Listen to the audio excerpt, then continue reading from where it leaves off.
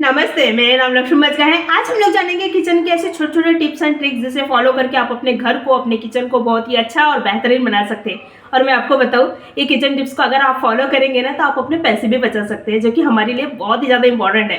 तो चलिए जानते हैं कौन से है वो टिप्स। सबसे पहले टिप्स एंड ट्रिक्स है हमारे इस तरह से नींबू को लेकर। अक्सर हमारे पास में नींबू रहता है, कभी कभी हम लोग नींबू का इस्तेमाल करते हैं, जैसे नींबू पानी पीते हैं और भी बहुत सारे नींबू टी पीते हैं। और ये आधा नींबू का हम लोग इस्तेमाल करते हैं और आधा नींबू इसी तरह से रहने देते हैं। तो अगर आप फ्रिज में रख रहे हैं तो कोई बात नहीं, लेकिन अगर आप बाहर रख रहे हैं तो क्या करें, इनके ऊपर में इस तरह से प्लेट ढक ले, या फिर आपके पास में फॉइल पेपर रहता होगा तो उन्हें इस तरह से पैक करके रखें।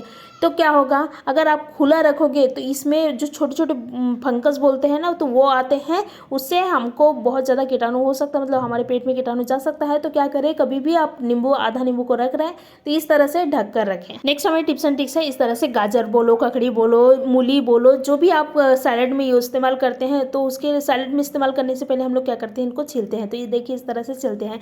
तो छीलने के बाद में आप देखे होंगे कि मतलब कि जिस एरिया में हम लोग छीलते हैं, जिस जगह में छीलते हैं, तो वो जगह पूरा गंदा हो जाता है। तो ये नहीं होना चाहिए। उसके लिए क्या उपाय करें, जहाँ छील रहे हैं उसके नीचे में क्या करें, देखिए इस तरह से एक छोटा सा प्लेट रखिए, या फिर एक पॉलीथीन या फिर कागज भी रख सकते हैं, और उसके बाद में उसके ऊपर में छीले। तो क्या होगी, जो आप छील रहे हैं, जो छिलके आ रही है, तो वो क्या होगी, प्लेट में जाएगी और आपके जो स्लैब है वो गंदा नहीं होगा। जो भी है, जो जिसके भी नीचे में आप ये छील रहे हैं, तो वो बिल्कुल भी चीज़ें गंदा नहीं होगी। और ये कचरे को आप डस्टबिन में ऐसे ही डाल सकते हैं। तो बहुत ही आसान तरीका है ना। नेक्स्ट हमारे टिप्स एंड ट्रिक्स है कढ़ाई को लेकर। अक्सर हमारे कढ़ाई जो है वो इस तरह से गंदा होता है, नॉर्मली सभी की कढ़ाई जो है वो गंदा होता है, तो उसको साफ करना बड़ा मुश्किल हो जाता है। भाई किससे साफ करें, तो आज मैं बताऊंगी कि आप सिर्फ कोलगेट से भी ये कढ़ाई को साफ कर सकते हैं। तो क्या करना है, कोलगेट लेना है। आपके पास में अगर व्हाइट वाला कोलगेट है ना तो ज़्यादा बेटर है। अगर व्हाइट वाला कोलगेट है तो आप व्हाइट वाला कोलगेट लें। मेरे पास में नहीं थी, इसलिए मैंने ये वाला कोलगेट ली हूँ।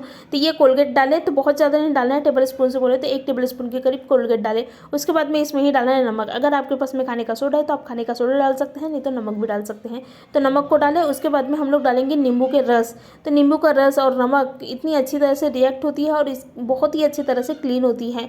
तो ये सब को अच्छी तरह से हम लोग क्या करेंगे, मिक्स कर लेंगे, देखिए इस तरह से। और वो जो नींबू का छिलका है ना, उसको फेंके नहीं, क्योंकि उसमें भी काफ़ी गुण रहता है, मतलब कि क्लीन करने का।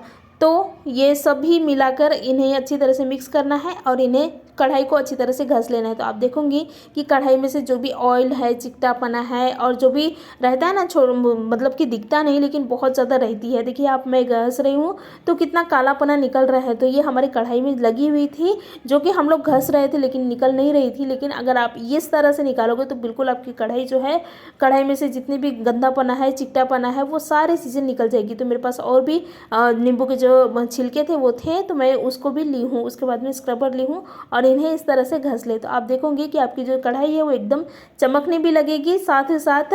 और इसके जो भी बैड स्मेल थे, क्योंकि कढ़ाई में हम लोग बहुत सारी चीज़ें बनाते हैं, कभी नॉनवेज बनाते हैं, कभी कुछ बनाते हैं, तो उसका जो स्मेल रहती है कढ़ाई में से नहीं निकलती। सब्जी का स्मेल बहुत ही आसानी से नहीं निकलती। तो आप इस तरह से कढ़ाई के स्मेल को ख़त्म कर सकते हैं। बहुत ही आसान तरीका है। तो मैंने अच्छी तरह से घस ली हूँ। देखिए आप देख रहे हैं कितनी अच्छी तरह से हम लोग घस लिए हैं। जैसे जैसे हम लोग घस रहे हैं वैसे वैसे इसके कालापना और जो भी कढ़ाई के सारी चीज़ें वो निकल रही है। आप जितना ज़्यादा घसोगे उतनी ही आपकी कढ़ाई जो है वो चमकेगी। तो मैंने यहाँ अच्छी तरह से घस ली हूँ। मेरे पास टाइम कम था इसलिए मैंने बहुत ज़्यादा नहीं घसी, लेकिन आप अगर 10 से 15 मिनट घसोगे इन्हें इसी तरह से, तो आपकी कढ़ाई बहुत ही ज़्यादा चमकने लगेगी। तो मैंने अच्छी तरह से घस ली हूँ। उसके बाद में क्या करेंगे, हम लोग पानी से इन्हें अच्छी तरह से धो लेंगे। तो मैं आपको बताऊँगी कि कितना कालापना निकला है। देखिए आप देख रहे हैं जो पानी है कितना काला हो गया है। तो ये पानी नहीं है, कढ़ाई का जो कालापना है ना, तो वो है। तो इस तरह से आप क्या कर सकते हैं, इन्हें कढ़ाई को अच्छी तरह से साफ कर सकते हैं। मैंने धो ली हूँ। तो आप देख रहे हैं मेरी कढ़ाई जो है वो चमकने लगे। और आप मेरे वीडियो को कहाँ से देख रहे हो तो प्लीज़ मुझे कमेंट करें। धन्यवाद।